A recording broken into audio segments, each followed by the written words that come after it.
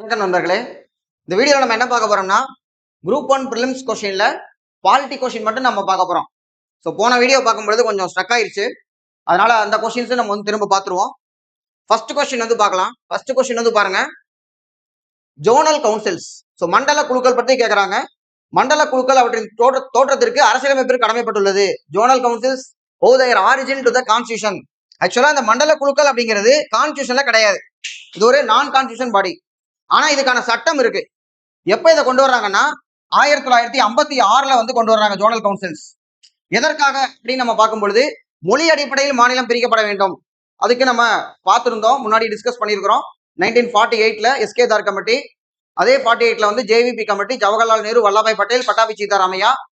அந்த கமிட்டியும் மொழி அடிப்படையில் பிரிக்க முடியாதுன்னு ரெண்டு பேருமே சொன்னதுக்கு அப்புறம் 53ல பசல் அலி கமிட்டி போட்டாங்க. பசல் அலி ரெக்கமெண்டேஷன் படிதான் 14 மாநிலங்கள் 6 யூனியன் பிரதேசங்கள். அது 7th அமெண்ட்மெண்ட் 1956 நவம்பர் 1 நடைமுறைக்கு வருது. அப்ப மொழி அடிப்படையில் மாநிலங்கள் பிரிக்கப்பட்ட பொழுது அவங்களுக்குள்ள வந்து மண்டல குழுக்கள், அதுல வடக்கு, தெற்கு, கிழக்கு, மேற்கு அந்த மாதிரி வந்து பிரிச்சு வச்சுக்கிட்டாங்க. வடகிழக்குக்கு தனியா இருக்கு. சரியா? சோ அப்ப இதுல கான்ஸ்டியூஷன்ல இருக்குன்னு சொல்லி சொன்னா தப்பு. அடுத்தது, மண்டல மன்றங்கள் மொழி அடிப்படையில் மாநிலங்களை மறுசீரமைப்பதன் தர்க்க ரீதியான விளைவாகும் அப்படின்னா சரி. அப்போ ஏ வந்து ஃபால்ஸ், ஆர் வந்து ட்ரூ அப்படிங்கிறதா இதுக்கு வந்து ஆன்சர். ஆப்ஷன் வந்து டீல இருக்கு. ஏ தவறு, ஆர் சரி அப்படிங்கிறது. அடுத்த கொஸ்டின் நம்ம ஏற்கனவே பார்த்திருந்ததுதான். முக்கியமான வழக்குகள் 2-3 கேள்வி கேட்டாங்க முக்கியமான கேஸ்ல.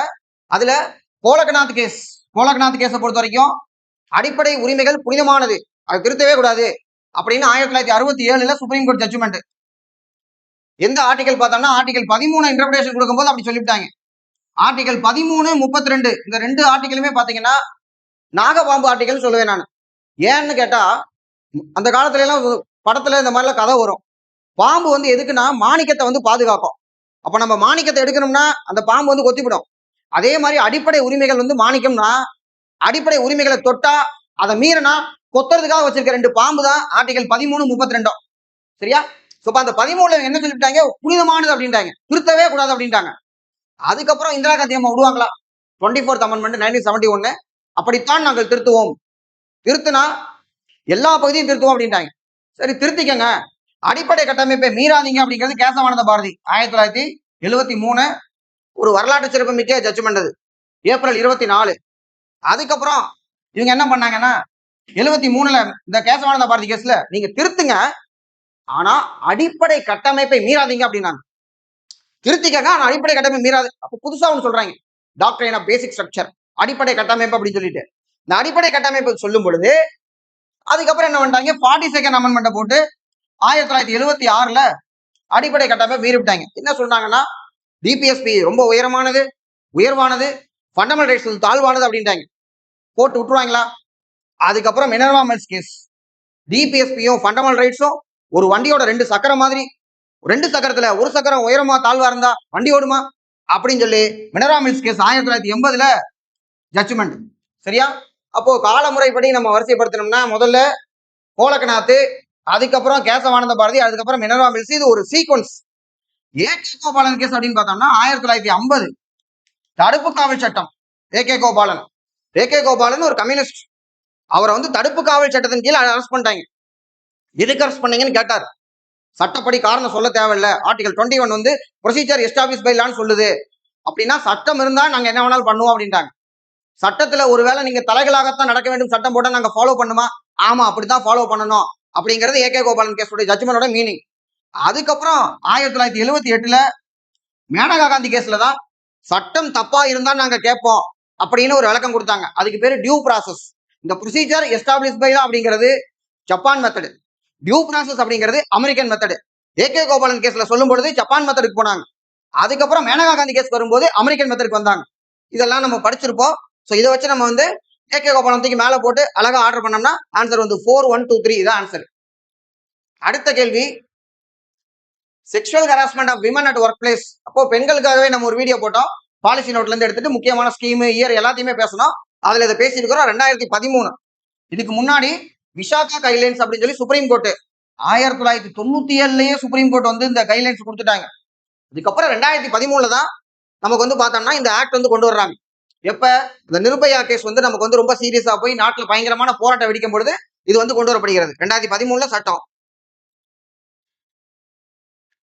அதுக்கப்புறம் ஒரு மேட்ச் பாருங்க, பிரிவென்டிவ் டிடென்ஷன். ஏற்கனவே நமக்கு ஏகே கோபாலன் கேஸ் கேட்டாங்க இல்லையா, ஒரே ஏரியாலே 2வது கேள்வி. பிரிவென்டிவ் டிடென்ஷன் ஆக்ட் வந்து அது கீழே தான் அரெஸ்ட் பண்ண போறாரு. 1950 தடுப்பு காவல் சட்டம். தமிழ்ல வச்சு பாத்துருவோம். தடுப்பு காவல் சட்டம் 1950. தேசிய அவசர கால சட்டத்திற்கு ஜெரால்ட் போர்டு கையெழுத்திட்ட ஆண்டு. ஜெரால்ட் போர்டு கையெழுத்திட்ட ஆண்டு அப்படின்னு பார்த்தோம்னா நமக்கு நேஷனல் எமர்ஜென்சி 75ல கொண்டு வரப்பட்டது. சரியா? அப்போ இது 76 அப்படின்னு சொல்லி நம்ம எடுத்துக்கலாம். இந்தோ பாகிஸ்தான் போர், இந்த போரை பத்தி நம்ம பேசியிருக்கோம். ஏன்னா இந்தியாவுக்கு பாகிஸ்தான் கடையில பிரச்சனை வரும் பொழுது எதனால இந்தியா பாகிஸ்தான் பிரிஞ்சது அப்படின்னு சொல்லி ஒரு வீடியோ நம்ம போட்டிருக்கோம். அதுல இருந்து நம்ம வந்து பார்க்கும்போது கம்யூனலிசம் அப்படிங்கிற வகுப்புவாதம்ங்கிற டாபிக்ல இதை வந்து பேசியிருக்கோம். 1971 போரு. ஏன்னா பாகிஸ்தானை பொறுத்த வரைக்கும் நம்ம வந்து ஜூன் 3 பிளான் மவுண்ட் பேட்டன் திட்டப்படி பிரிச்சு கொடுத்தோம். பிரிச்சு கொடுத்த உடனே காஷ்மீர் யார் கூட சேர்றதுங்கிற பிரச்சனை வந்துச்சு. அதுல வந்து பார்த்தோம்னா ஹரிசிங் வந்து முடிவெடுக்காமே இருந்தாரு. அப்போ 1948 இந்தியாவுக்கு பாகிஸ்தானுக்கு இடையில சண்டை வந்துச்சு காஷ்மீருக்காக. அதுக்கப்புறம் பார்த்தோம்னா 1965 நம்ம 2 பேருக்கு சண்டை. ஏன்னா 62 சீனா நம்மளை தோற்கடிச்சிருக்காங்க. தோத்தாங்கோழி தானே, இவங்களை ஈஸியா அடிச்சிடலாம் அப்படின்னு சொல்லி தப்பு கணக்கு போட்டாங்க. 65 நம்ம வந்து நல்லா வச்சு சாத்தியாச்சு. நாம தான் வின் பண்ணோம் 65ல. அதுக்கப்புறம் பார்த்தோம்னா 71 பாகிஸ்தான் நம்மள்ட்ட சண்டைக்கு வரல. பாகிஸ்தானுக்குமே சண்டை வந்துருச்சு. ஏன்னா பாகிஸ்தானை பிரிச்சு கொடுக்கும் பொழுது இமயமலை 2500 கிலோமீட்டர் நீளமா இருக்குது. இந்த பக்கம் கொஞ்சம் பாகிஸ்தான், இந்த பக்கம் கொஞ்சம் பாகிஸ்தான், மேற்கு பாகிஸ்தான், கிழக்கு பாகிஸ்தான். எப்படி ஒரு நாடு இவ்வளவு டிஸ்டன்ஸ்ல இருக்க முடியும்? அப்ப 2 பேருக்கு இடையில சண்டை வந்துருச்சு. இவங்க நாங்க உருது மொழி பேசுவோங்கிறாங்க, இவங்க நாங்க பெங்காலி மொழி பேசுவோங்கிறாங்க. இப்போ ஆக மொத்தம் பாகிஸ்தானுக்குள்ள சண்டை வந்துருச்சு. அதனால நமக்கு உள்ளுக்குள்ள அகதிகள் வர ஆரம்பிச்சாங்க. சோ இப்ப இந்தியா வந்து உள்ள போனோம், 2ஆ உடைச்சு விட்டோம் பாகிஸ்தானை. அந்த உடஞ்சு போன கிழக்கு பாகிஸ்தான் தான் இன்னைக்கு இருக்கிற பங்களாதேஷ். அந்த வரலாற்று சிறப்புமிக்க வார் வந்து 1971 சிம்லா ஒப்பந்தம். முதல் போருக்கு வந்து பார்த்தோம்னா நமக்கு தாஷ்கண்ட் ஒப்பந்தம். அடுத்தது வெளிநாட்டு பரிவர்த்தனை பாதுகாப்பு மற்றும் கடத்தல் செயல்பாடுகள் திட்டம். இது ஒரே டாபிக்ல எப்படி வந்து தடுப்பு காவலுக்கு வந்து நம்ம சட்டம் வச்சிருக்கிறோமோ அதே மாதிரி காஃபி போசான்னு சொல்லுவோம் 1974. இதே மாதிரியே நமக்கு தேசிய பாதுகாப்பு சட்டம் 1980. அதுக்கப்புறம் பொடா சட்டம் 2002. இந்த மாதிரி நிறைய எசென்சியல் கமாடிட்டிஸ் ஆக்ட் இருக்கு. இதுல எல்லாம் என்னன்னா கைது செய்வதற்கு ஆர்டிகல் 22 சொல்றாங்க. கைது செய்வதற்கு எதிரான உரிமை. கைது 2 காரணத்துக்காக பண்ணுவோம். ஒண்ணு, தப்பு பண்ணிருக்கணும், தப்பு நடந்திருக்கு, யாரு தப்பு பண்ணாங்கன்னு தெரியல, அப்போ உங்களுக்கு யார் மேலேயே சந்தேகம் இருக்கா அப்படின்னு கேட்போம். அதுக்கு பேர் பனிட்டிவ் அரெஸ்ட். குற்றவாளியை கண்டுபிடிச்சு தண்டனை வாங்கி கொடுக்கறதுக்காக. இன்னொன்னு என்னன்னா தப்பு நடக்கவே இல்லை, ஆனா ஒருத்தனை பார்த்தா நமக்கு சந்தேகமா இருக்குது, ஆள் ஒரு மார்க்கமா இருக்கியா, ஏதோ ஒண்ணு பண்ண போறோம் அப்படின்னம்னா முன்னாடியே நம்ம பிடிச்சி உட்கார வச்சிருவோம். அதுக்கு பேர் தான் தடுப்பு காவல். அந்த தடுப்பு காவலுக்கு சட்டம் வந்து இருக்குது, அந்த சட்டப்படி தான் நம்ம வந்து பண்ண முடியும். அதுல இருந்தா ஒரு கொஸ்டின் தூக்கி வீசிருக்காங்க. நமக்கு 40 கேள்வி கேட்கணும் பாலிட்டினா, இந்த மாதிரிலாம் கேட்டுதான் ஆகணும். ஃபண்டமெண்டல் ரைட்ஸ்லயே 4-5 கேள்வி கேட்டதான் நமக்கு வரும்.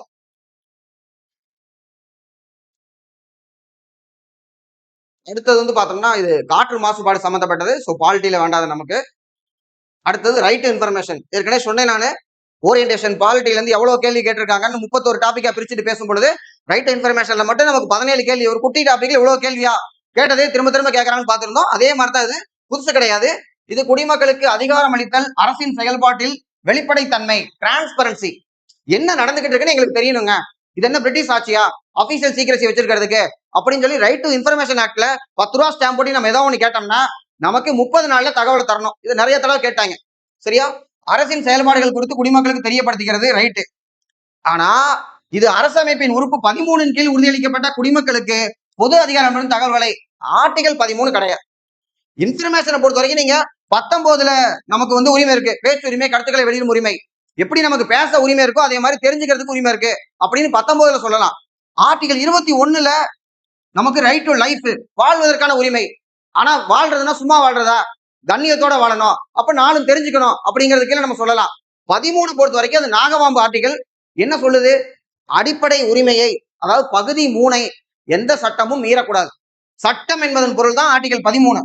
ஒருவேளை மீறிச்சுன்னா என்ன பண்ணுவோம்? பாம்பு கொத்திரும். உச்ச நீதிமன்றத்துக்கு நாங்க போவோம், அந்த சட்டம் செல்லாதுன்னு சொல்லிடுவோம். ஆர்டிகல் 13. அப்ப இது மட்டும் வராது, 3 மட்டும் தப்பு, 1, 2 கரெக்ட். அடுத்த கேள்வி, இந்தியாவில் லோக் ஆயுக்தாவை நிறுவிய முதல் மாநிலம் இந்த ஆப்ஷன்ல வந்து பார்த்தோம்னா மகாராஷ்டிரா தான் முதல்ல வந்து பண்ணாங்க. லோக்பால் லோக் ஆயுக்தா அப்படிங்கறது மாநிலங்கள் நிறுவனம். அது ஸ்காந்தினேவியன் கண்ட்ரி, பின்லாந்து, நார்வே இந்த மாதிரியான கண்ட்ரில இருந்து வந்துச்சு இந்த ஆம்புட்ஸ்மேன் அப்படிங்கிறது. இது வந்து பார்த்தோம்னா பிரிவென்ஷன் ஆஃப் கரப்ஷன் அப்படிங்கிற ஒரு டாபிக் இருக்கு. பின்னாடி ஏரியால இருந்து கொஸ்டின் கேட்பாங்கன்னு சொல்லியிருந்தேன் நானு. ஆர்டிஐ இந்த மாதிரி லோக் ஆயுக்தா லோக்பால்ல முதல்ல இந்தியாவில் லோக் ஆயுக்தா வேணும்னு பரிந்துரை செய்த ஆணையம் எதுன்னு பார்த்தோம்னா ஃபர்ஸ்ட் ஏஆர்சி முதல் நிர்வாக சீர்திருத்த ஆணையம் மொரார்ஜி தேசாய் தலைமையில 1966 அமைக்கப்பட்டது. அவங்க தான் ரெக்கமெண்டேஷன் கொடுத்தாங்க. லோக்பாலை பொறுத்த வரைக்கும் நமக்கு ரொம்ப வருஷம் கிட்டத்தட்ட 8 தடவை ட்ரை பண்ணி முடியாம போய் 2011 அண்ணா ஹசாரே ஜந்தர் மந்தர்ல உட்காந்து போராட்டம் பண்ணாரு. இதை பத்திலாம் நம்ம பேசியிருக்கிறோம். சரியா? அதன் விளைவாகத்தான் லோக்பால் கொண்டு வரப்பட்டது. லோக் ஆயுக்தா சில மாநிலங்கள் கொண்டு வந்தாங்க. தமிழ்நாட்டை பொறுத்த வரைக்கும் தமிழ்நாடு லோக் ஆயுக்தா சட்டம் 2018. அடுத்த கேள்வி வந்து பார்த்தோம்னா இந்திய தேர்தல் ஆணையம் குறித்து சரியானதை. தேர்தல் ஆணையத்தினுடைய முதல் தேர்தல் ஆணையர் அப்படின்னம்னா சுகுமார் சென் நம்ம பார்த்திருப்போம். இங்க எஸ்பி சென் வருமானு போட்டிருக்கு. ஒருவேளை சந்தேகமா இருந்தது வேற ஏதாவது சென் வருவாரான்னு சொல்லிட்டு, பட் சுகுமார் சென் தான். அப்ப இதை அடிச்சு விட்டோம்னா ஆன்சர் வந்துடும். பாராளுமன்றம், சட்டப்பேரவைகள், குடியரசுத் தலைவர், துணை குடியரசுத் தலைவர் ஆகியோர் தேர்தலை நடத்துவது. அப்ப மாநிலத்தில் இருக்கக்கூடிய நமக்கு வந்து பஞ்சாயத்து எலெக்ஷன் நடத்துறது யாருன்னா மாநில தேர்தல் ஆணையம். மற்றபடி மற்ற எல்லா எலெக்ஷனையுமே இவங்க தான் நடத்த போறாங்க. அப்புறம் முதல் பெண் தலைமை தேர்தல் ஆணையர் வந்து பார்த்தோம்னா விஎஸ் ரமாதேவி. இதுல 2023 சுப்ரீம் கோர்ட் வந்து பார்த்தோம்னா அதுல ஒரு கேஸ்ல வந்து ஜட்ஜ்மெண்ட் கொடுத்துருக்காங்க. அப்பாயின்ட் பண்ணும்போது இதுல ஒரு கான்ட்ரவர்சி வந்துச்சு. சீஃப் எலெக்ஷன் கமிஷனர் அப்பாயின்ட் பண்ணும்பொழுது பிரைம் மினிஸ்டர் இருப்பாரு, எதிர்கட்சி தலைவர் இருப்பாரு, கூட யார் இருக்கணும் அப்படின்னு பார்க்கும்பொழுது இவங்க என்ன சொல்லிட்டாங்கன்னா உச்சநீதிமன்ற தலைமை நீதிபதினு சொன்னாங்க. Supreme court judgment. அதுக்கப்புறம் இவங்க வந்து 2023 உடனே ஒரு சட்டத்தை போட்டு இல்லங்க பிரதமர் இருப்பாரு, அதுக்கப்புறம் எதிர்கட்சி தலைவர் இருப்பாரு, எங்களுடைய அமைச்சர் ஒருத்தர் இருப்பாரு, யூனியன் மினிஸ்டர் இருப்பாரு அப்படின்னு சொல்லி போட்டாங்க. அப்ப இந்த 3 பேர் கொண்ட குழு யார் இருப்பாங்க தலைமை தேர்தல் ஆணையருக்கு அப்படின்னு சொல்லி பார்த்தோம்னா prime minister, leader of opposition, ஒருவேளை எதிர்கட்சி தலைவர் இல்லைன்னு வச்சுக்கோங்க. ஒரு கட்சி எதிர்கட்சியாக இருக்க வேண்டும் என்றால் 10ல் 1 பங்கு, அதாவது 543 சீட் இருக்கு அப்படின்னம்னா லோக்சபால குறைஞ்சபட்சம் 10ல் 1 பங்குன்னா 55 சீட் இருக்கணும். 55 எம்பி எந்த கட்சிக்கு இருக்காங்களோ, இப்ப காங்கிரஸ் கட்சிக்கு இருக்குது 99 வாங்கினாங்க, அதனால உங்களுக்கு இருக்கு, முன்னாடி கிடையாது. அப்ப நான் எதிர்கட்சியே இல்லைன்னா எப்படி வந்து அப்பாயின் பண்றது?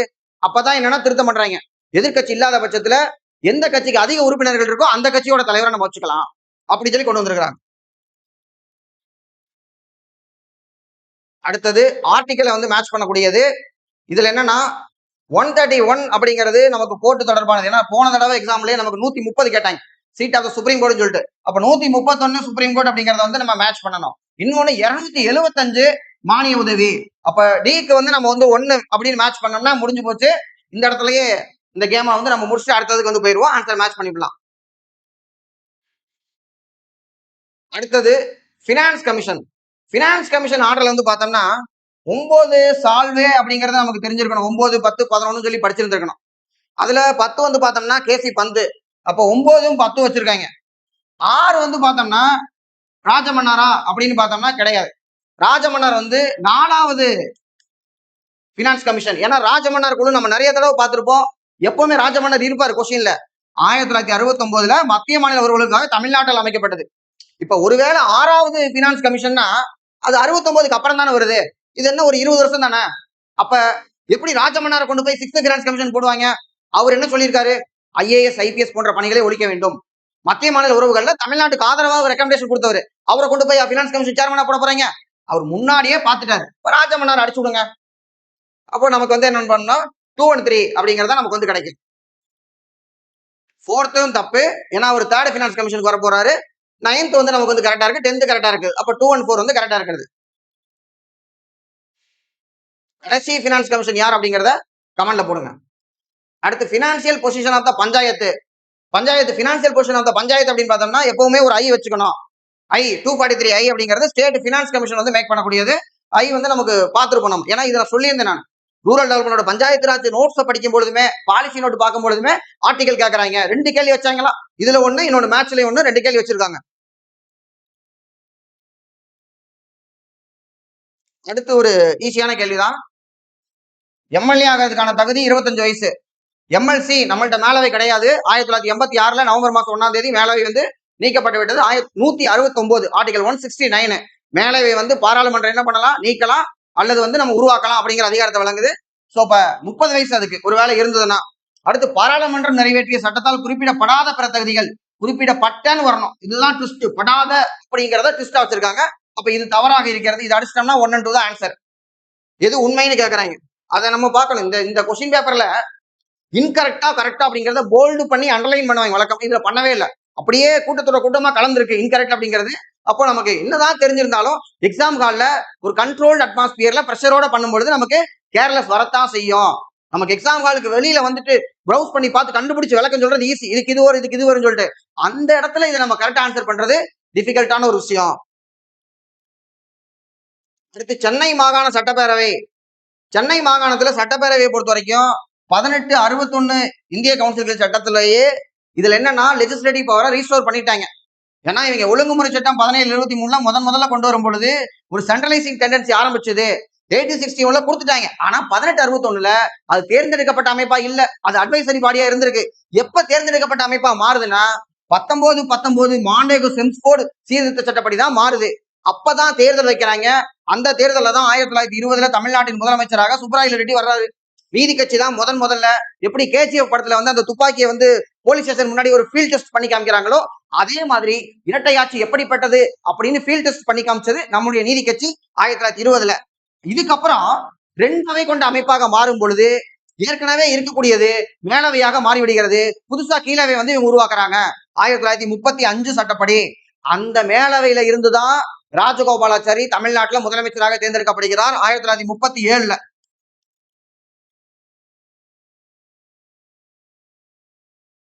அதுக்கு அடுத்தது வரவு செலவு திட்டத்தினுடைய ஏற்றலின் நிலைகளை. பட்ஜெட்டை பொறுத்த வரைக்கும் என்னன்னா பட்ஜெட்டுங்கிற வார்த்தை கான்ஸ்டியூஷன்ல கிடையாது, பிரெஞ்சு மொழி வார்த்தை, இதெல்லாம் கேட்டாங்க. இப்ப வந்து என்னன்னா அந்த ஸ்டேஜஸ்ல ஜஸ்ட் வந்து இதெல்லாம் லட்சுமிகாந்த் புக்ல இருக்கு, வரிசையா இருக்கும். அடுத்தடுத்து என்னன்னு சொல்லிட்டு பொதுவா பட்ஜெட்டை வந்து பினான்ஸ் மினிஸ்டர் வாசிப்பாரு. அதுக்கப்புறம் என்ன பண்ணுவாங்கன்னா பொது விவாதம் நடக்கும். இந்த ஜெனரல் டிஸ்கஷன் 2 அவையிலுமே நடக்கும். எங்க லோக்சபா ராஜ்யசபா 2லயுமே நடக்கும். அதுக்கப்புறம் மத்த ப்ரொசீஜர் எல்லாம் பார்த்தோம்னா நமக்கு லோக்சபாவுக்கு தான் அதிகாரம் உள்ளது. இதுல அவங்க என்ன பண்ணுவாங்கன்னா scrutiny by the departmental committee. Departments நிறைய இருக்கும். டிபார்ட்மெண்டல் கமிட்டி கொடுத்தோம்னா பிரிச்சு மேய்ஞ்சிருவாங்க எல்லாரும். அதுக்கப்புறம் என்னன்னா மானிய கோரிக்கை, ஓட் அண்ட் டிமாண்ட். ஒவ்வொரு துறை அமைச்சரும் தனக்கு எவ்வளவு பணம் வேணுங்கிறத ஒரு கோரிக்கையா வைப்பாரு. எனக்கு 20,000 கோடி வேணும், எனக்கு 30,000 கோடி வேணும், எனக்கு 10,000 கோடி வேணும்னு துறை வாரியாக மானிய கோரிக்கை நடைபெறும். அதுல ஓகே உங்களுக்கு இவ்வளவு வேணுமா வச்சுக்கோங்க, கூட குறைய அப்படின்னு சொல்லி ஆக்சுவலா கொடுத்துருவாங்க. ஏன்னா ஆளுங்கட்சி அவங்களுக்கு ஆதரவு இருக்கிறதுனாலதான் அவங்க கேட்கறாங்க. அப்போ வந்து கொடுத்துருவாங்க. அது முடிஞ்சதுக்கு அப்புறம் மொத்தமா ஒரு பில்லு அப்ராப்ரியேஷன் எவ்வளவு பணம் கேட்கறாங்க அப்படிங்கிறதுக்காக இவ்வளவு பணம் அவங்க கொடுக்கணும்னா அவ்வளவு பணம் நமக்கு உள்ள வரணும்ல. அப்போ பினான்ஸ் பில். அப்ப budget is nothing but passing of 2 money bill. 2 பண மசோதாக்களை நிறைவேற்றுவதுதான் நமக்கு பட்ஜெட் என்று சொல்ல அந்த 2 பண மசோதால முதல்ல பணம் எவ்வளவு செலவாக போகுதுன்னு சொல்லணும், அடுத்து பணம் எவ்வளவு உள்ள வர போகுதுன்னு சொல்லணும். இல்லங்க செலவு நிறைய இருக்கு, கொஞ்சம் தான் உள்ள வருது, அப்ப எவ்வளவு கடன் வாங்க போறோங்கிறத அதுல சேர்த்து நம்ம சொல்லுவோம். இப்போ ஃபர்ஸ்ட் அப்ராப்ரியேஷன் பில், அதுக்கப்புறம் பினான்ஸ் பில்லு. இதுதான் நமக்கு ஆர்டர். அப்ப 4132 எங்க இருக்கு? சில இருக்கு. இதான் ஆன்சர்.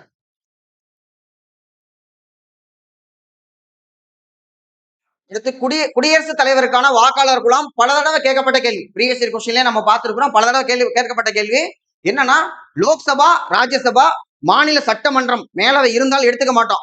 இதனுடைய தேர்ந்தெடுக்கப்பட்ட உறுப்பினர்கள் எலெக்டட் மெம்பர்ஸ் அது மட்டும்தான் நமக்கு வந்து வாக்காளர் குழாம். எலக்ட்ரல் காலேஜ் பிரசிடென்ட் எலெக்ஷன் வரக்கூடியது. இன்னொரு கேள்வி கேட்டிருந்தாங்க ரிபப்ளிக் அப்படிங்கிறத பத்தி. ரிபப்ளிக்னா என்னன்னா ஹெட் ஆஃப் த ஸ்டேட், அரசின் தலைவர் மக்களால் தேர்ந்தெடுக்கப்பட்டவர். இன்னொன்னு மக்களில் யார் வேணுமானாலும் அரசின் தலைவராக இருக்கலாம் அப்படிங்கிறதா ரிபப்ளிக். சோ அந்த டெபினிஷன்லயும் நமக்கு பிரசிடென்ட் வந்துருவார். அடுத்து 51A ஆர்டிகல் 51A பொறுத்த வரைக்கும் அடிப்படை கடமைகள் ஆக்சுவல் கான்ஸ்டிடியூஷன்ல இல்ல. சொரன் சிங் கமிட்டி போட்டோம். அவருடைய பரிந்துரையின் அடிப்படையில் 42nd அமெண்ட்மெண்ட் 1976ல சேர்த்துக்கிறோம். சேர்க்கும் பொழுது இந்திரா காந்தி அம்மா என்ன சொல்றாங்கன்னா எதற்காக கடமைகள்னு பார்க்கும் பொழுது உங்களுக்கு உரிமைகளை கொடுத்திருக்க அரசியலமைப்பு என்ன கடமைகள் இருக்கு, நான் எதுக்காக கடமையை வைக்கிறேன்னா நீங்க உரிமையை என்ஜாய் பண்ணும் பொழுது கடமை இருக்குங்கிறதையும் நீங்க மனசுல வச்சுக்கணும் அப்படிங்கிறதுக்காக சொல்றாங்க. சோ இப்ப வெளிப்படையாக அரசிற்கு அடிப்படை கடமைகளை விதிக்கவில்லை அப்படின்னா அரசுக்கு அது விதிக்கல, நமக்கு தான் சொல்லுது கடமைகளை. குடிமக்கள் ஒவ்வொருவருக்கும் உள்ள கடமைகளின் தொகுப்பே அரசின் கடமையாகலாம்னா கிடையாது. நம்மளுடைய கடமை நமக்கானதா இருக்கக்கூடியது. சில ரைட்ஸ் கம்யூனல் ரைட்ஸ், சில ரைட்ஸ் வந்து இண்டிவிஜுவல் ரைட்ஸ் தான் நமக்கு இருக்கு. அப்போ இதுல வந்து ஃபர்ஸ்ட் ஒன் சரி, ரெண்டாவது ஒரு காரணம் வந்து தவறு. அடுத்த ஆர்டிகல் ஈஸியானதா தான் இருக்கு. ஆர்டிகலை பொறுத்த வரைக்கும் நமக்கு ஃபண்டமெண்டல் ரைட்ஸ் வந்து கேட்டிருக்காங்க. ஆர்டிகல் 12 அரசு என்பதன் பொருள், டெஃபினிஷன் ஆஃப் ஸ்டேட். அடுத்து 21 பார்த்தோம்னா நமக்கு ஏற்கனவே சொல்லியிருக்கிறனால ஆர்டிகல் 21A பல எக்ஸாம்ல பல கேள்வி கேட்டிருக்காங்க. ஒரு 40 கொஸ்டின் எடுத்து வச்சு டிஸ்கஸ் பண்ண குரூப் ஒனுக்கு முன்னாடி நம்ம அதுல வந்து பார்த்தோம்னா ரைட் எஜுகேஷன் ஒரு கேள்வி வச்சிருந்தேன். ஸோ 21A அப்படிங்கிறது 86 அமெண்ட்மெண்ட் 2002. அதுக்கு முன்னாடி அது ஆர்டிகல் 45 இருந்தது. அழகா அதை வெட்டி கொண்டு வந்து இங்க ஒட்டினாங்க. 45ல காலியா இருக்கும் பொழுது அந்த இடத்துல நமக்கு என்னன்னா ஏர்லி சைல்ட்ஹுட் கேர், அதுக்கு தான் நம்ம 6 வயசுக்கு முன்னாடி இருக்கிற குழந்தைகளை பால்வாடியில புடிச்சு போய் விடுவாங்க அப்படின்னு சொல்லியிருந்தேன் நான். சரியா? அப்ப 21A தான் வரும், 21 கிடையாது. 21ல என்ன இருக்கு? Right to life and personal liberty தான் 21ல இருக்கு. அப்ப இது வந்து தவறான ஒண்ணு.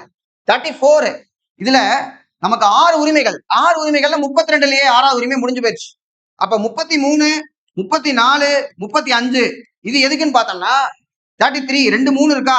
இதே மாதிரியே 44 இருந்தா அது யூனிஃபார்ம் சிவில் கோடு. ஸோ 33 இருந்தா யூனிஃபார்ம் சர்வீஸ் ஞாபகம் வச்சுக்கோங்க. போலீஸ், பாராமிலிட்டரி, மிலிட்டரியில் இருக்கவங்களுக்கு எல்லாம் உரிமைகள் வந்து முழுசா கிடையாது, கம்மியா இருக்குன்னு சொல்றது.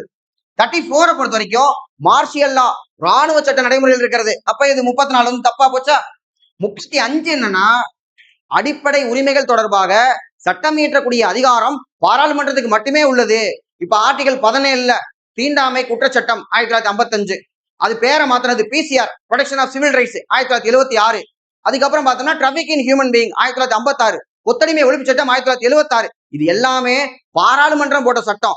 ஏன்னா அடிப்படை உரிமைகள் தொடர்பாக நாடு முழுதும் ஒரே மாதிரி சட்டம் இருக்கணுங்கிறதுக்காக ஆர்டிகல் 35 ஃபண்டமெண்டல் ரைட்ஸ் தொடர்பாக சட்டம் இயற்றக்கூடிய உரிமையை பாராளுமன்றத்துக்கு மட்டுமே வழங்கியுள்ளது. legislation to give effect to the provision of the fundamental rights shall be vested with the parliament alone அப்படிங்கிறது முக்கியமானது 35. அப்ப இதுல 1 ரைட்டு 4 ரைட்டு இடையில இருக்க ரெண்டுமே தப்பா போச்சு. சரியாக பொருத்தப்படாத இணை தவறானதான் அவங்க வந்து கேட்கறாங்க. அப்ப எது எது தவறா பொருத்தப்படலைன்னா 2 and 3 வந்து தவறாக பொருத்தப்படவில்லை. அதை பார்த்து அடிக்கணும். நம்ம எல்லாம் பண்ணதுக்கு அப்புறம் கடைசியில் அங்க கொண்டு போய் மாத்தி ஷேர் பண்ணோம்னா முடிஞ்சு போச்சு. நமக்கு எல்லாம் தெரிஞ்சிருக்கும், நல்லா எக்ஸ்பிளைன் பண்ணுவோம், ஆனா அங்க கரெக்டா பண்றோமா அப்படிங்கறத ரொம்ப முக்கியம். அடுத்து மாநிலங்களின் ஒன்றியம் என்ற சொற்றொடரில் இடம்பெற்றுள்ள ஒன்றியம் அப்படிங்கிறது கேட்கறாங்க. யூனியன் அப்படின்னு இது என்னன்னா கான்ஸ்டியூஷனை பொறுத்த வரைக்கும் நம்மளும் சொல்லுவோம், நீங்க கூட சொல்லுவீங்க, நான் சொல்லும் போது ஒன்றிய அரசு அப்படிமே. சரியா? ஏன் ஒன்றிய மத்திய அரசு சொல்லக்கூடாதா? ஃபெடரேஷன் அப்படிங்கிற வார்த்தை இங்க இல்ல. It is not a federal, true federal இல்ல. யூனியன் சொல்லும் பொழுதுதான் ஒன்றிய அரசு நம்ம சொல்றோம். ஒன்றியம்னா நம்ம என்னன்னா முழுமையான கூட்டாட்சி கிடையாதுங்க. யூனியன் ஆஃப் ஸ்டேட்ஸ் அப்படின்னா மாநிலங்கள் சேர்ந்தது அப்படிங்கிறாங்க. சரியா? அப்ப இந்தியா அமெரிக்காவை பார்த்து எடுக்கல, கனடாவை பார்த்து எடுத்திருக்கோம். அமெரிக்கால ஸ்ட்ராங் ஃபெடரேஷன், அதாவது ஸ்ட்ராங்கா இருக்கு, மாநிலங்கள் ஸ்ட்ராங்கா இருக்கு. ஆனா கனடாவை பொறுத்த வரைக்கும் மத்திய அரசு ஸ்ட்ராங்கா இருக்கு, எஞ்சிய அதிகாரங்கள் மத்திய அரசுல தான் இருக்கு.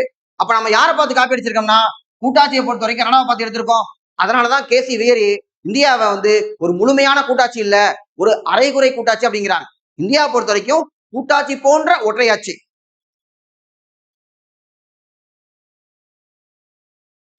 அடுத்த கேள்வி ஆர்டிகல் வச்சு கேட்டிருக்காங்க. உயர் நீதிமன்றங்களின் குறிப்பிடப்பட்ட நீதி பேராணை விதி வந்து பார்த்தோம்னா ஆர்டிகல் 226 226. அடுத்து வந்து குறிப்பிட்ட வழக்குகளை உயர்நீதிமன்றத்துக்கு மாற்றுதல். இதை வந்து நம்ம வந்து 178 சொல்லியிருக்காங்க. 178 பொறுத்த வரைக்கும் யாரை பத்தி சொல்லுதுன்னா இந்த ஸ்பீக்கரை பத்தி சொல்லக்கூடியது 178 அப்படிங்கிறது. இன்னொன்னு establishment of common high court. Common ஹைகோர்ட்டை பொறுத்த வரைக்கும் நமக்கு 231 வந்து வரும், அது கரெக்டான ஒண்ணுதான். இதுல வந்து பார்த்தோம்னா 320 கிடையாது, 230 ஆர்டிகல், அதாவது extension of jurisdiction of high courts அப்படிங்கிறது. ஸோ ஆர்டிகலுக்குள்ள நம்பர்ஸை மாத்தி வச்சு நமக்கு வந்து இதை ஜம்பிள் பண்ணி விளாண்டுருக்காங்க.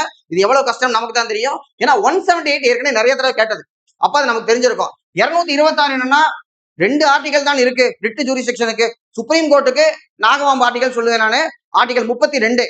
சுப்ரீம் கோர்ட்டோட கதவை விட உயர்நீதிமன்றத்துடைய கதவு வந்து பெருசு. the door of the high court is bigger than wider than the door of the supreme court அப்படிம்பாங்க. எதனாலனா அடிப்படை உரிமைகள் மீறலுக்காக மட்டும்தான் நம்ம வந்து சுப்ரீம் கோர்ட் போக முடியும், ஆனா மத்த உரிமைகளுக்காகவும் நம்ம ஹைகோர்ட் போலாம். சோ அப்ப 226 அப்படி முக்கியமானது நம்ம பார்த்திருப்போம். 178 176 வந்து பார்த்தோம்னா ஏற்கனவே அந்த காம்பினேஷன்ல, ஏன்னா கவர்னர் சிறப்பு உரை ஆற்றுவது 176, அவரு தான் உரை ஆற்றுறது இல்லையா, அதனால நமக்கு வந்து அந்த ஆர்டிகல் கேட்பாங்க. இப்போ 178 ஸ்பீக்கர் வந்து கேட்டிருக்காங்க.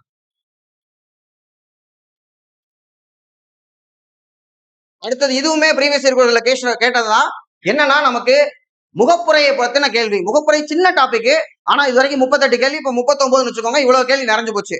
இதுல முகப்புரையை ஜாதகம் என்று சொல்லியவர். ஜாதகம்னா அதை பார்த்தோன்னே நம்ம சொல்லிடுவோம், இவருக்கு வந்து 50 வயசு ஆகும்போது ஜனாதிபதி ஆகக்கூடிய திறமை இருக்கு, அப்படி இருக்கு இப்படி இருக்குன்னு சொல்லி ஜாதகம் பார்க்கறது பார்ப்போம் இல்லையா. அப்போ ஒரு கட்டத்தை பார்த்தா எல்லாமே சொல்ல முடியுதுல, அதே மாதிரியே முகப்புரையை ஒரு பக்கத்தை பார்த்தா மொத்த அரசியலமைப்பையும் நம்ம சொல்ல முடியும். அப்படி ஜாதகம் சொன்னவர் KM முன்சி. அதுக்கப்புறம் எர்னஸ்ட் பர்கர் இருக்காரு, கீனோட்னு சொன்னாரு. தர்கூர்தாஸ் பர்கவா வந்து சோல் ஆஃப் கான்ஸ்டிடியூஷன் சொன்னாரு. இப்படி ஒவ்வொருத்தரும் சொல்லும் பொழுது என்ன பல்கிவாலா ஐடென்டி கார்டுன்னு சொன்னாரு அப்படிங்கறதே நம்ம ப்ரீவியஸ் இயர் क्वेश्चनல தான் பார்த்திருக்கோம் நம்ம. சரியா? அப்ப இதயத்துல்லா கிடையாது, இதை இன்டர்சேஞ்ச் பண்ணி உல்டா பண்ணி விட்டாங்க. இப்படி ஒரு டைப் ஆஃப் கொஸ்டின் உல்டா பண்றது டிஎன்பிஎஸ்சியுடைய முக்கியமான ஒரு வேலையா இருக்கு. ஸோ முகப்புரை முதல்ல அமெரிக்கா முகப்புரையை பார்த்து அப்ஜெக்டிவ் ரெசல்யூஷன் நோக்க தீர்மானம் கொடுத்தது ஜவஹர்லால் நேரு. அவர் தான் முதல்ல டிசம்பர் 13 நமக்கு அரசியல் நிர்ணய சபையில கொடுத்திருப்பார் 1946. அது 47 ஜனவரி 22 அப்ரூவ் ஆயிருக்கும். அதன் அடிப்படையில் தான் முகப்புரையை ஒட்டுமொத்த கான்ஸ்டியூஷன் எழுதுனது doctor B R Ambedkar drafting committee. முகப்புரையை டிராட் பண்ணது பார்த்தோம்னா ஜவஹர்லால் நேரு. காஷ்மீர் கடைசியில வந்து சேர்ந்ததுனால அதுக்கான ஆர்டிகல் 370 அம்பேத்கர் எழுத மாட்டேன்னு சொல்லிட்டாரு. அதனால கோபால்சாமி ஐயங்காரை வச்சு 370 எழுதுறோம். இப்படி பல பேர் அதை வந்து பண்ணியிருக்காங்க. ஸோ கடைசியா குடியரசு என்பதன் பொருள் அனைத்து பொது அலுவலகங்களும் அனைத்து குடிமக்களுக்கும் எவ்வித பாகுபாடுமின்றி அனைவருக்கும் உரியது. ஆக்சுவலா என்னன்னா ரிபப்ளிக் அப்படிங்கிறதுக்கு என்ன மீனிங் சொல்றாங்கன்னா, இப்ப ஒரு மக்களாட்சி நாடு கட்டாயமாக குடியரசு நாடாக இருக்க வேண்டுமான்னு கேட்டா கிடையாது.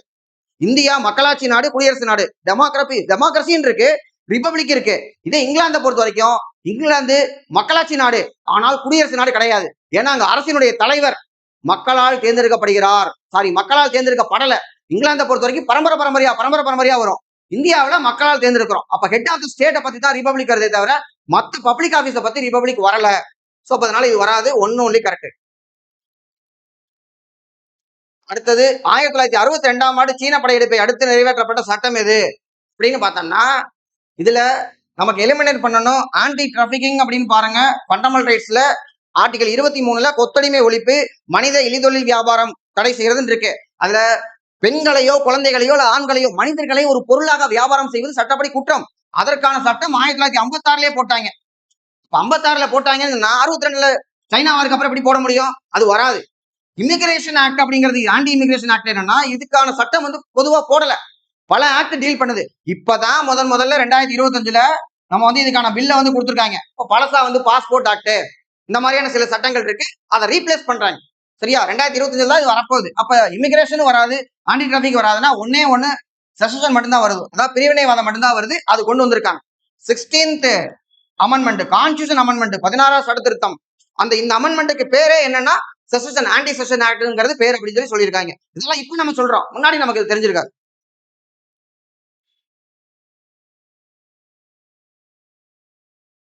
அடுத்து நிதிக்குழுவினுடைய பணி இல்லை அப்படின்னு கேக்குறாங்க. பினான்ஸ் கமிஷனுக்கு 2வது கேள்வி ஆயிப்போ 2 கேள்வி. which is not the function of the finance commission, preparation of the union budget. Union பட்ஜெட்டை ப்ரிப்பேர் பண்ணும் பொழுது பினான்ஸ் மினிஸ்ட்ரி தான் ப்ரிப்பேர் பண்ணுவாங்க. இவங்க என்னன்னா ஒரு பொதுவான பஞ்சாயத்து தலைவர்னு வச்சுக்கோங்க பினான்ஸ் கமிஷன். ஏன்னா நம்ம நிதி பணத்தை எங்க பிரிச்சோம்னாலும் பிரச்சனை வரும். அப்ப ஒருத்தர் யார் பணம் வச்சிருக்கானோ அவனே பிரிச்சு கொடுத்தான்னா கண்டிப்பா பிரச்சனை வரும். நம்ம நிறைய பணத்துல பாத்துருக்கோம் இல்லையா, 500 கோடி ரூபாய் மங்காத்தால பங்கிக்கும் போது எப்படி பிரச்சனை வருது. அதே மாதிரிதான் நமக்கு மத்திய அரசு மாநில அரசு 2 பேர் இருக்கும் பொழுது பணத்தை பங்கி கொடுக்கணும் 2 பேருக்கு கடையில. அதுக்கு பொதுவான ஒரு ஆள் வைக்கணும். அதுக்காகத்தான் நம்ம பினான்ஸ் கமிஷன் வச்சிருக்கோம். ஆர்டிகல் 280 படி அவன் என்ன சொல்லுவான்னா, மத்திய அரசு இவ்வளவு வச்சுக்கலாம், மாநிலங்கள் எல்லாத்துக்கும் இவ்வளவு கொடுத்துருங்க, அந்த இவ்வளவு பணத்தையும் மாநிலங்களுக்குள்ள இப்படி பங்குங்க அப்படிங்கிற சொல்றதான் பினான்ஸ் கமிஷன். சோ அப்ப ஃபர்ஸ்ட் ஒண்ணு மட்டும் வராது. மத்திய மற்றும் மாநிலங்களுக்கிடையே நிகர வரி வருவாய்களை ஒதுக்கீடு செய்தல், மானியம் பெறுவதற்கான தகுதி கொடுத்து பிரிச்சது இல்லாம மானியமா கொடுக்கணும்னா அதுக்கு என்ன தகுதி, அதையும் அவங்க சொல்லலாம். இது போக வேற ஏதாவது வேலையை நீங்க பாருங்கன்னு பிரசிடென்ட் சொன்னா அந்த வேலையை அவங்க பார்க்கணும் அப்படிங்கறதெல்லாம் இருக்கு. இப்படியே ரிஸ்டோர் பண்றதா ஒரு ஸ்டாண்டர்டான பழைய கேள்வி இது. சோ 1 அடிச்சு விட்டீங்கன்னா ஆன்சர் வரும். இதுதான் ஆன்சர், ஏ மட்டும்தான். அடுத்தது இந்த கேள்வியை பொறுத்த வரைக்கும் என்னன்னா, லட்சுமிகாந்த் புக்ல ஆர்டிகல் 21க்கு ரிலவெண்டான கேஸா லிஸ்ட் அவுட் பண்ணிருக்காங்க.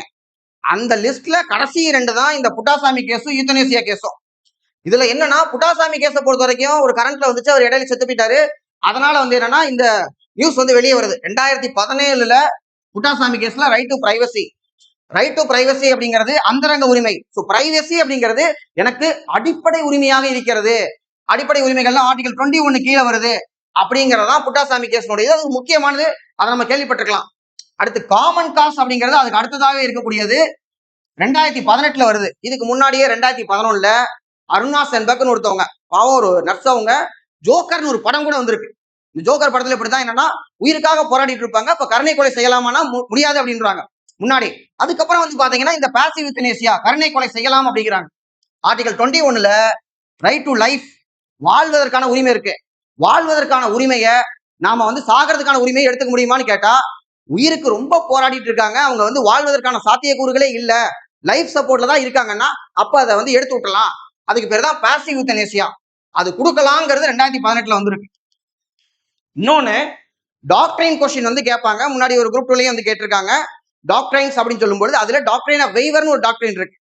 வெய்வர்னா என்னன்னா, நமக்கு அரசியலமைப்பு அடிப்படை உரிமைகளை கொடுத்திருக்க உரிமையை வேணான்னு சொல்றதுக்கு நமக்கு உரிமை இருக்கா அப்படின்னு கேட்டா கூடாது. நாம வந்து வேணான்னு சொல்ல முடியாது. இதே அமெரிக்கால அவன் உரிமை எனக்கு வேணான்னு சொல்லலாம், நம்ம உரிமை வேணான்னு சொல்ல முடியாது. இந்த இடத்துல என்னன்னா, ஆர்டிகல் 21 வாழ்வதற்கு மட்டுமல்ல கண்ணியத்தோட வாழ்வதற்கு உரிமை கொடுக்குது. அப்ப கண்ணியம் இல்லாம நான் இருக்கேன்னா ரைட் டு டை அப்படிங்கறத வந்து 2012 கொடுக்குறாங்க. அடுத்து ரைட் டு ஓட் அப்படிங்கிறது எப்படி 2 தப்பா போயிடும். அப்ப இது ரெண்டுமே வந்து தவறான ஒண்ணு. நோட்டாவுக்கு வந்து இந்த கேஸ் வந்து வராது. இதெல்லாம் படிக்க முடியுமா, நம்ம சாத்தியக்கூறு இருக்கான்னு கேட்டா ஃபண்டமெண்டல் ரைட்ஸ் லட்சுமிகாந்த் புக்ல படிச்சா இது ரெண்டு கண்ணில் படும். அதுக்கப்புறம் லேண்ட்மார்க் ஜட்ஜ்மெண்ட் சொல்லி கொடுத்துருக்காங்க.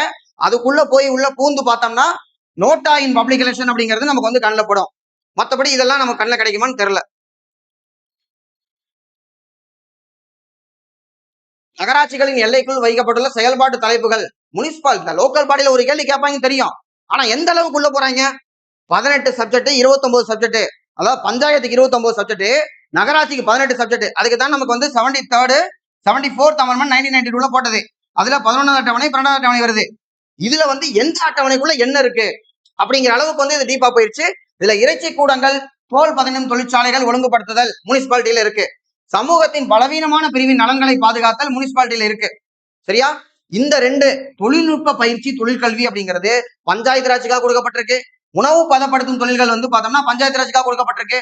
அப்ப இது ரெண்டும் முனிசிபாலிட்டியில இருக்கு. இது ரெண்டும் பார்த்தோம்னா நமக்கு வந்து இங்க பஞ்சாயத்துல வந்து இருக்கக்கூடியது. அப்ப 1 and 2 தான். எது வரும்னு கேட்கறாங்களா? தலைப்புகளை பொறுத்தவரை பின் வருவதை சரியானவை கேட்கறாங்க. அப்போ 1 and 2 தான் நமக்கு வந்து சரியானவை. அடுத்து union executive consist of. Union எக்ஸிகூட்டிவ்ல பார்த்தோம்னா சென்ட்ரல் செக்ரட்டரியேட் மட்டும் வராது. அமைச்சரவை குழு, பிரசிடென்ட், வைஸ் பிரசிடென்ட் எல்லாருமே வருவாங்க. பிரதமர் மற்றும் அமைச்சரவை குழு இதெல்லாம் வந்து எக்ஸிகூட்டிவா இருக்கக்கூடியவங்க. சென்ட்ரல் செக்ரட்டரி அடிச்சு விட்டா நமக்கு வந்து ஆன்சர் வந்துடும். அடுத்தது போக்சோ சட்டத்தின் கீழ் 2012 போக்சோ சட்டம். ஏற்கனவே போக்சோ கேட்டிருக்காங்க. நமக்கு வந்து அதுலயும் வந்து பார்த்தோம்னா எவ்வளவு தண்டனை, ரிப்போர்ட் பண்ணாம இருந்தா எவ்வளவு தண்டனைங்கிறது ஒரு கேள்வி வந்திருக்கு. ஸோ அந்த வகையில் எடுக்கும்போது 18 வயசுக்குள்ள இருக்கவங்க. இன்னொன்று வந்து பார்த்தோம்னா பெண்கள் மட்டுமா அப்படின்னு கேட்டா கிடையாது. போக்சோ வந்து ஆண் பெண் 2 குழந்தைகளையுமே கவர் பண்ணும் அப்படிங்கிறதெல்லாம் ஏற்கனவே கேட்டது. ஸோ ஒரு கேள்வி கேட்கறாங்க இந்த ஏரியால, அதுல 18 வயதுக்கு உட்பட்டவர்கள் அப்படிங்கிறது ஆன்சர். இதுல எந்த ஒரு குடிமகனும் இந்தியாவின் நிலப்பகுதியில் சுதந்திரமாக செல்லவும் அல்லது குடியமரும் வசிக்கவும் உரிமை உண்டு இருக்கு. அவங்க வந்து shall have the right to move freely throughout the territory அப்படின்னு பார்த்தோம்னா நமக்கு ஆர்டிகல் 19ல 6 வகையான சுதந்திரம் இருக்கு. 19(1) பேச்சுக்கான சுதந்திரம், பேசலாம், கருத்துக்களை வெளியிடலாம், படம் வரைஞ்சு காமிக்கலாம், நம்ம வந்து ஷார்ட் பிலிம் எடுக்கலாம், சினிமா எடுக்கலாம், எல்லாமே 19(1)A கவர் ஆகுது. அதுக்கப்புறம் B பார்த்தோம்னா அமைதியாக ஆயுதமின்றி கூடலாம் அப்படின்னு சொல்லுது, வெப்பன்லாம் வச்சுக்கூடாது. C வந்து பார்த்தோம்னா சங்கம் அமைக்கலாம் சொல்லுது. சங்கம் அமைக்கலாம்னா லஷ்கர் தொய்பா, அல் கொய்தா மாதிரி அமைக்கலாமா, தீவிரவாத இயக்கங்கள் அமைக்க கூடாது, அதுல உறுப்பினராகவும் கூடாது. சரியா? டி வந்து பார்த்தோம்னா எங்க வேணாலும் நம்ம வந்து போயிட்டு வரலாம் அப்படிங்குது. பட் ரீசனபிள் ரெஸ்ட்ரிக்ஷன் இருக்கு. அதாவது ட்ரைபல் ஏரியாஸ்குள்ள நம்ம போக கூடாது. நேரா சுப்ரீம் கோர்ட்டுக்குள்ள போயிட்டு எனக்கு எங்க வேணாலும் போலாம், ஆர்டிகல் 19(1)D கொடுத்துருக்காங்க அப்படின்னு உள்ள அதுக்கு பர்மிஷன் வாங்கணும்.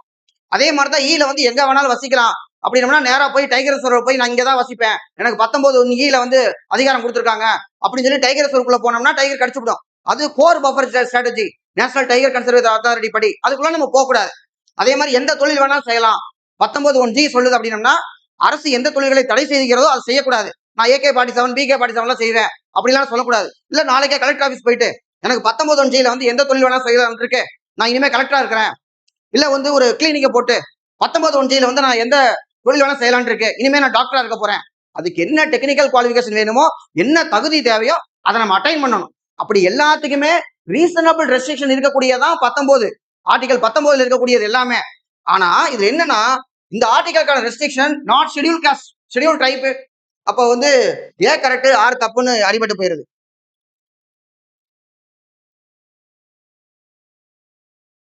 அடுத்து பின்வரும் கூற்றுகளில் இந்தியாவின் கிழக்கு நோக்கிய கொள்கையின் ஏற்கனவே நான் சொன்னேன். அதாவது என்னன்னா இது நமக்கு act east policy, look east policy. Narasimha Rao government வரும்போது லுக் ஈஸ்ட் பாலிசி நாங்க பார்த்தா மட்டும் பத்தாது, நம்ம ஏதாவது பண்ணணும் அப்படிங்கறத ஆக்ட் ஈஸ்ட் பாலிசி. இதுல என்ன மிலிட்டரி மட்டும் வராது. ஸோ ராணுவ தலையீட்டை கொண்ட முன்முயற்சி, ராணுவ தலையீடு மட்டும் வராது, மற்றது எல்லாமே வரும். அதை நம்ம எடுத்துட்டோம்னா ஆன்சர், அதான் நமக்கு ஆன்சர், ஏதான் ஆன்சர். பொருளாதார முன்முயற்சியாக ஆசிய பசிபிக் பிராந்தியத்தில் உள்ள இதெல்லாமே நமக்கு வரும். அடுத்த கேள்வி மனித உரிமைகள் ஆணையம் அப்படியே லட்சுமி ஆனந்த் காப்பி பேஸ்ட் பண்ணியிருக்காங்க. 3 பாயிண்ட்டுமே அடுத்தடுத்து இருக்கக்கூடியது.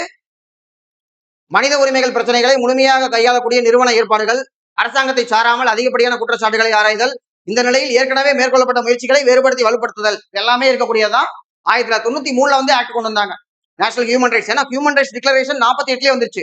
இதுல ஹியூமன் ரைட்ஸ்ல இருந்து ஒரு கேள்வி கேட்பாங்க அப்படின்னு சொல்லியிருந்தேன். நம்ம டிஸ்கஸ் வேற பண்ணியிருந்த கொஸ்டினை அதே மாதிரி கேட்டிருக்காங்க. ஈஸியான ஒண்ணுதான். அடுத்தது ஆக்ட் கேட்டிருக்காங்க. இதுல மெடிக்கல் டெர்மினேஷன் ஆஃப் பிரெக்னன்சி அப்படிங்கிறது 71, அது பழைய சட்டம். ஸோ அது வந்து நமக்கு வந்து அதை மேட்ச் பண்ணோம்னா நமக்கு 4 வருது. அதை மேட்ச் பண்ணீங்கன்னாவே ஆன்சர் ஒடியாந்துரும். அதுக்கப்புறம் ஃபுட் செக்யூரிட்டி ஆக்ட் நம்ம டிஸ்கஸ் பண்ணியிருந்தோம் 2013. ஏன்னா அக்ரிகல்ச்சர் பாலிசியை டிஸ்கஸ் பண்ணும்போது ஃபுட் செக்யூரிட்டி ஆக்ட் வந்து நம்ம வந்து பார்த்திருந்தோம். அடுத்து rights of person with disabilities 2016, mental health care act வந்து 2017. இந்த பர்சன் வித் டிசபிலிட்டி ஆக்ட் 2016 நம்ம பேசியிருக்கோம். அப்ப அது நல்லா தெரிஞ்ச விஷயம். இன்னொன்னு நமக்கு வந்து பார்த்தோம்னா ஃபுட் செக்யூரிட்டி 2013 நல்லா தெரிஞ்ச விஷயம். இப்ப இது ஈஸியான கேள்விதான். அடுத்தது இது பார்த்தோம்னா லா கமிஷனை பொறுத்த வரைக்கும் கான்ஸ்டியூஷனுக்கு முன்னாடி முதல்ல 1833 ஃபர்ஸ்ட் லா மெம்பர் அப்படின்னா டிபி மெக்காலே. இந்த மெக்காலே நமக்கு ஐபிசி வந்து டிராட் பண்ணி கொடுத்தவன். அதே மாதிரி இன்னைக்கு இருக்கிற கல்வி முறை மெக்காலேவுடைய மினிட்ஸ் 1835. அவன் தான் முதல்ல சுதந்திரத்துக்கு அப்புறம் பார்த்தோம்னா செட்டில்வார்டு கமிஷன் போட்டிருக்காங்க. இதுல கடைசியா 23வது அதுல வந்து பார்த்தோம்னா தினேஷ் மகேஸ்வரி அப்படின்னு சொல்லியிருப்பாங்க. அந்த மாதிரி நமக்கு ஒரு ஸ்டெப் முன்னாடி போகலாம். இவங்களுக்கு 20வதுன்னு கொடுத்துருக்காங்களா, பிஎஸ் சௌகான் 21வது. ஸோ இப்போ இதுல இருந்து பார்த்தோம்னா நமக்கு 1 and 2 தான் கரெக்ட். அதாவது 5th லா கமிஷன் கேவி சுந்தரம்ங்கிறதும் 10th law commission K Mathew அப்படிங்கிறதும் இதை பூரா மனப்பாடம் பண்ணணும் அப்படிங்கிறது ஒரு கஷ்டமான விஷயம். ஏதாவது ஒரு கோடு, ஏன்னா பினான்ஸ் கமிஷனு, எலெக்ஷன் கமிஷனுடைய சேர்மன்ஸ், அதுல வந்து சுகுமார் சென் இருக்காங்க, ரமாதேவி இருக்காங்க. ஓரளவுக்கு தான் டேட்டா நம்மளால மெமரி பண்ண முடியும். இதை வந்து பார்க்கும்போது ஏதாவது நம்ம வந்து என்னன்னா ரீசெண்டா இருக்கிறது தெரியுமா? ரீசெண்டா இருக்கிறது வந்து பார்த்தோம்னா 21வது பிஎஸ் சௌகான். அதை அடிச்சு விட்டு நம்ம ஆன்சர் கொண்டு வர ட்ரை பண்ணணும். அடுத்தது 121 பொறுத்த வரைக்கும் என்னன்னா உச்சநீதிமன்றம் அல்லது உயர்நீதிமன்ற நீதிபதிகள் நீதி பணியாற்றுகிற போது அவர்களின் நடத்தை குறித்து பாராளுமன்றம் விவாதிப்பதை தடை செய்கிறது. ஜட்ஜஸ பத்தி பார்லிமெண்ட் விசாரிக்க கூடாது, பார்லிமெண்ட்டை பத்தி ஜட்ஜஸ் விசாரிக்க கூடாது. இந்த கோட்டை தாண்டி நீயும் வரக்கூடாது நானும் வரமாட்டேன் அப்படின்னு நமக்கு என்னன்னா கான்ஸ்டியூஷனே கோட்டை போட்டு கொடுத்துருக்கு. ஸோ அதை தான் இவங்க வந்து கேட்டிருக்காங்க. இதுல என்னன்னா சுப்ரீம் கோர்ட்டை பத்தி நமக்கு அசம்பிளியில விவாதிக்க கூடாது. ஏன்னா யார்ட்டையா போய் ஏதாவது கேட்கும் பொழுது இதை பத்தி நீங்க என்ன நினைக்கிறீங்க அப்படின்னு கேட்டா நீதிமன்றத்தில் வழக்கு நிலுவையில் உள்ளது, இதை பற்றி நான் கருத்து கூற அப்படின்னு தான் சொல்லணும். ஏன்னா சொல்லக்கூடாது, அது வந்து நீதிமன்ற அவதூறு அப்படின்னு போயிடும், தண்டனை வழங்கிடுவாங்க. So, the objective of the article 121 is to ensure the independence and dignity of the judiciary. எதற்காக 121 அப்படி நம்ம ஒரு கண்டிஷன் கொடுக்குறோம் அப்படின்னா நீதித்துறையினுடைய செயல்பாட்டுல வந்து பார்த்தோம்னா அவங்களுடைய கண்ணியத்தையும் சுதந்திரத்தையும் நம்ம பாதுகாக்கணும் அப்படிங்கிறதுக்காக. சோ இப்ப ரெண்டுமே சரியான விளக்கம். அடுத்த கேள்வி, பொதுப்பட்டிகள் மாநில பட்டிகள் ஆகியவற்றில் கூறப்படாத இனங்கள் தொடர்பாக சட்டமேற்ற முழு அதிகாரத்தினை பாராளுமன்றம் கொண்டுள்ளது. எஞ்சிய அதிகாரங்கள் கனடால இருந்து எடுத்துக்கிறோம் நம்ம இந்த மெத்தடு. ஆர்டிகல் 248 ரெண்டுலயுமே இல்ல அப்படின்னம்னா மாநிலத்திலயும் இல்ல பொதுப்பட்டியலும் இல்ல. கூறப்படாத இனங்கள் அப்படின்னா ஒண்ணு மத்திய பட்டியல் இருக்கணும், அங்கேயுமே இல்லைன்னா ரெசிடரி பவர்ஸ் எங்க இருக்கும், யாருக்கு இருக்கு அப்படின்னு பார்த்தோம்னா பார்லிமெண்ட்டுக்கு தான் இருக்கு. இதை நம்ம ஒரு கொஸ்டின்ல டிஸ்கஸ் பண்ணணும் மத்திய மாநில உறவுகள்னு எடுத்து வச்சு பேசும்பொழுது. ஏன்னா இதுல ராஜமன்னார் கமிஷன் என்ன சொல்றாங்கன்னா எஞ்சிய அதிகாரங்களை பொதுப்பட்டியல தூக்கி போடுங்க. பொதுப்பட்டியல் இருந்தா மத்திய அரசு சட்டமேற்றலாம், மாநில அரசு சட்டமேற்றலாம். ஒருவேளை 2 பேருக்கு இடையில சண்டை வந்துச்சுன்னா அங்க ஒரு டாக்டரின் வச்சிருக்காங்க, அதுக்கு பேர் டாக்டரின் ஆஃப் ரெபுக்னன்சி, முரண்பாடு கோட்பாடின்படி மாநில சட்டத்திற்கும் மத்திய சட்டத்திற்கும் பொதுப்பட்டியலில் உள்ள வந்து முரண்பாடு எழும் பொழுது மத்திய சட்டமே செல்லும், மாநில சட்டம் செல்லாது. அப்படித்தான் நீட்டு அவங்க எக்ஸாம் வச்சு எடுக்கணும்னு சொல்றாங்க, நம்ம 12th மார்க் வச்சு பண்ணணும்னு சொல்றோம். 2 முட்டிச்சுன்னா அவங்க சொல்றதான் செல்லும். இதுதான் கண்டிஷன். அடுத்த அரசமைப்பின் 8வது அட்டவணை. இது 8வது அட்டவணை கிடையாது. 8வது அட்டவணை பொறுத்த வரைக்கும் நமக்கு மொழியை பத்தி பேசுது, அபிஷியல் லாங்குவேஜ் பத்தி பேசுது, அது நம்ம டிஸ்கஸ் பண்ணிருக்கிறோம். அப்ப 7வது அட்டவணை தான் இந்த 3 பட்டியலை பத்தி சொல்லக்கூடியது.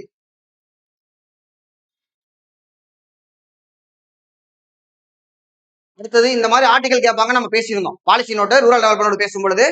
Audit and accounts of the panchayat வந்து பார்த்தோம்னா ஜே வரும். ரிசர்வேஷன் டின்னு பார்த்திருந்தோம். எலெக்ஷன் கோயம்பேடு இது 243K.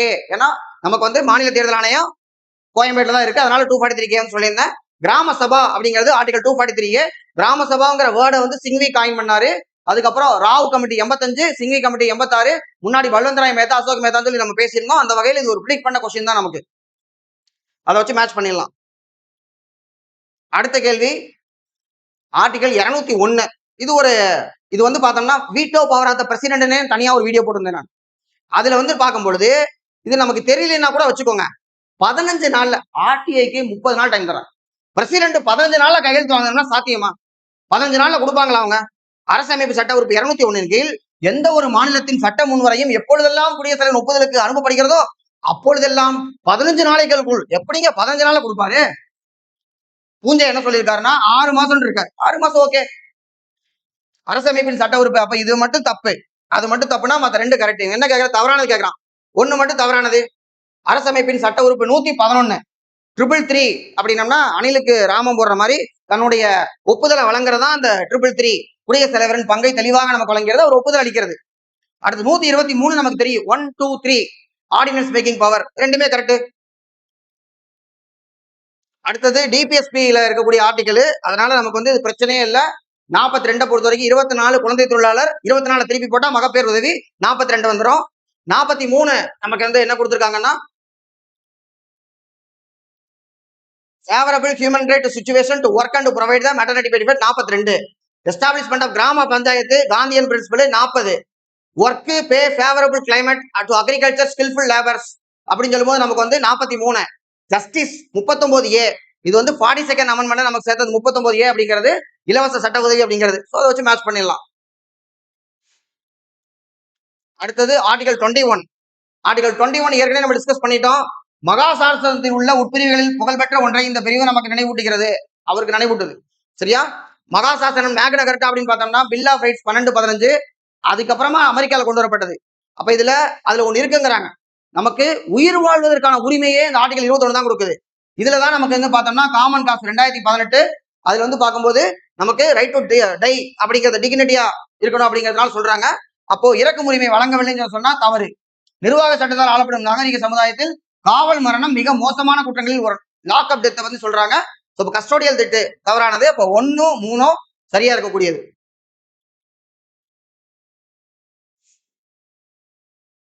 இந்தியாவில் இருக்கும் குடியுரிமைகளையும் கடந்து பார்க்கும் பொழுது அப்படியே லட்சுமியான் புக்ல இருந்து காப்பி பேஸ்ட் பண்ணிருக்காங்க. சிட்டிசன்ஷிப் அப்படிங்கிற டைட்டில் முதல் பேரா இது. Considering apart from citizenship among in India there are 2 types, alien, friendly aliens. வெளிநாட்டுக்காரங்களே வந்து பார்த்தோம்னா நட்பு நாடு, எதிரி நாடுன்னு இருக்கு. இதுல வந்து பார்த்தோம்னா நட்பு நாடு, எதிரி நாடுன்னு பார்க்கும்போது எல்லாத்துக்கும் ஒரே மாதிரியான உரிமை கிடையாது. அந்த எதிரி நாட்டுல இருக்கிறவங்களுக்கு ஆர்டிகல் 22 கீழே நம்ம அரசுக்கு வந்து ப்ரொடெக்ஷன் கொடுக்க மாட்டோம். ஆனா என்ன சொல்றாங்க, எதிரி வகைப்பட்ட அந்நியர்கள் அரசுகளின் குடிமக்களுக்கு அரசமைப்பு சட்டம் 22 கீழ் கைதுக்கு எதிராகவும் தடுப்பு காவலுக்கு எதிராகவும் பாதுகாப்பை பெறுகின்ற அவங்களுக்கு பாதுகாப்பு கிடையாது. அப்ப அது தவறு, 6 தவறு. அடுத்தது நமக்கு வந்து ஜஸ்ட் பார்ட்டை மேட்ச் பண்ணக்கூடியது, ரொம்ப சிம்பிளான ஒண்ணு. பார்ட்டை மேட்ச் பண்றது நம்ம பண்ணிடலாம். 18 அப்படின்னா எமர்ஜென்சி வரும், அதை வச்சு மேட்ச் பண்ணலாம். நம்ம 14 வந்து பாத்தீங்கன்னா services under union and states, 15 election, மீதி நமக்கு 20 இருக்கு அமெண்ட்மெண்ட் 368 ஆர்டிகல் வந்து வரக்கூடியது, நம்ம பார்த்திருப்போம். அடுத்து இது என்னன்னா கோஆபரேட்டிவ் சொசைட்டிஸ். இதுக்கு நான் வந்து எப்படின்னா சிம்பிளா வரும், ஏன்னா இது லென்த்தஸ்ட் ஆர்டிகல் இன் அவர் கான்ஸ்டியூஷன். 243 பொறுத்த வரைக்கும் ஏபிசிடி அப்படின்னு போயிட்டே இருக்கும், இசட் வரைக்கும் போகும். இசட்டுக்கு அப்புறம் இசட்ஏ, இசட்பி அவ்வளவு எப்படி நம்ம தெரிஞ்சுக்கிறது. ஆனா இந்த கோஆபரேட்டிவ் சொசைட்டிக்கு பார்த்தோம்னா 97th அமெண்ட்மெண்ட் 2011 இதுல நியூ டிபிஎஸ்பின்னு ஒரு டாபிக். அதுல ஒரு கேள்வி கேட்கறது வழக்கமா வச்சிருக்காங்க, எந்தெந்த அமெண்ட்மெண்ட் புதுசா டிபிஎஸ்பி சேர்த்துச்சு. 42nd amendment, 44th amendment, 86th amendment, 97th amendment.